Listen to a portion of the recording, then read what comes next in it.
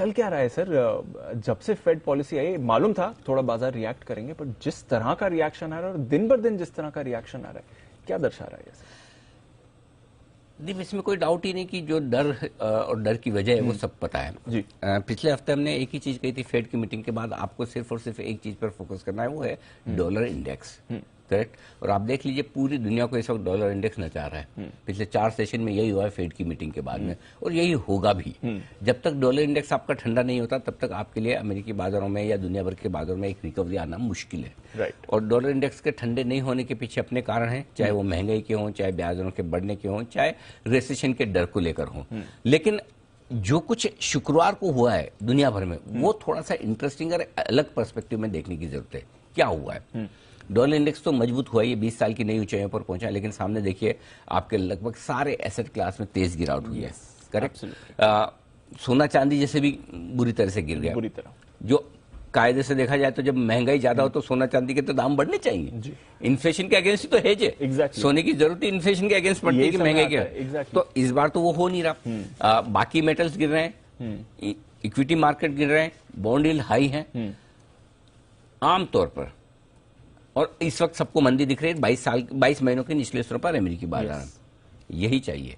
अच्छा, यही चाहिए। यही चाहिए। जब एक साथ सारी बुरी खबरें आती है, जब एक साथ सब कुछ खराब होता है, और जब एक साथ सबको आगे भी सब खराब दिखता है, तभी तो मार्केट बॉटम बनाते हैं। बिल्कुल, ये हमने पहले अब इसका मतलब ये नहीं कि शुक्रवार को बन गया या आज बनेगा। राइट। ये प्रोसेस है, एक इवेंट नहीं है। बॉटम बनना एक प्रोसेस है।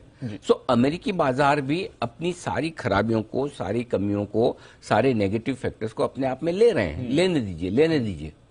सो आई थिंक आप कहीं न कहीं उस लेवल की तरफ जा रहे हैं जहां अमेरिका के बाजार ओवरसोल्ड हो जाएंगे, कहीं न कहीं उस तरफ जाएंगे जहां आपने सारी नेगेटिव खबरों को डिस्काउंट कर लिया।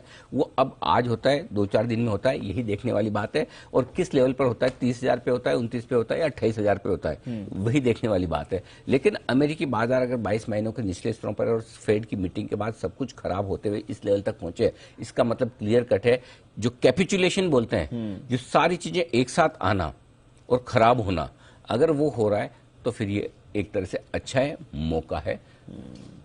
नो डाउट आज तो हमें झेलना है, लेकिन इस पूरी प्रोसेस में एक जो अच्छी चीज भारत के लिए हो रही है उसे प्लीज मत भूलिएगा, कच्चा तेल जो हमें चाहिए नीचे $85-86 पे आया लंबे समय बाद, मतलब जनवरी के बाद पहली बार हमने $85-86। मेरा ये समझना दीप, यहाँ से भी 8-10% की और गिरावट कच्चे तेल में और गिरावट हो सकती है। $80-82 की रेंज में आ सकता है, और वो आ गया तो हम शेयर हैं फिर तो हमारे कंफर्ट में हमारे कंफर्ट में। हमें क्या चाहिए? कच्चा तेल इस लेवल पे आ जाए, 80 के आसपास नीचे आ जाए तो और भी बढ़िया। हमारा रिटेल इन्वेस्टर्स बिकवाली ना करे, ठीक है। एफआईज को 2-2.5-3 हजार करोड़ जो रोज बेचना है बेच के चले जाए। जो 15-200 हुआ था तब भी उन्होंने यही किया था। करेक्ट। और अगर एक तरफ मार्केट में हमारा बिकवाली का प्रेशर नहीं है और हम एब्जॉर्व करने को तैयार हैं, और दूसरी ओर हमारा जो पैसा, हमारा फॉरेक्स जो बाहर जा रहा था, उस पे जाने पे थोड़ा ब्रेक लग जाए तो हमारी करेंसी भी उतनी कमजोर नहीं होगी और हमारा पेमेंट जो बाहर जाना वो भी कम हो जाएगा। सो हमारे लिए अच्छी चीजों, बुरी चीजों के बीच में अगर कोई अच्छी चीज देश के लिए हो रही है तो उसे भूलना नहीं चाहिए। और वो हो रहा है क्रूड, और जो हमें चाहिए था। और इसलिए मैं बार बार कहता था बहुत 3-4-6 महीने बाद आएगा तो फायदा नहीं है, 6 महीने के तो पैसे भरने पड़ेंगे।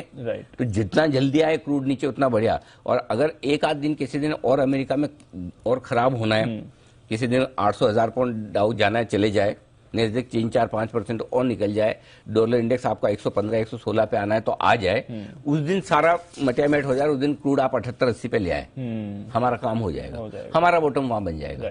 ये एक काल्पनिक सिचुएशन है जो अगर हो गई तो आपको दम लगाकर वहां पर खरीदारी करनी। समझ गया, ये इंडिकेशन देगा। तो जो हो गया अब उसको तो आप रिवर्स नहीं कर सकते। अब यहां से क्या, यहां से जो कुछ भी सारे नेगेटिव फैक्टर्स एक साथ आ रहे हैं वो अमेरिका की भी मार्केट को जितनी खराबी है उसको डाइजेस्ट कर रहे हैं, और हमारे लिए भी आगे चलते हुए ठीक ही होगा। डराने की बात नहीं। ठीक है। अच्छा, पर आपने रुपए की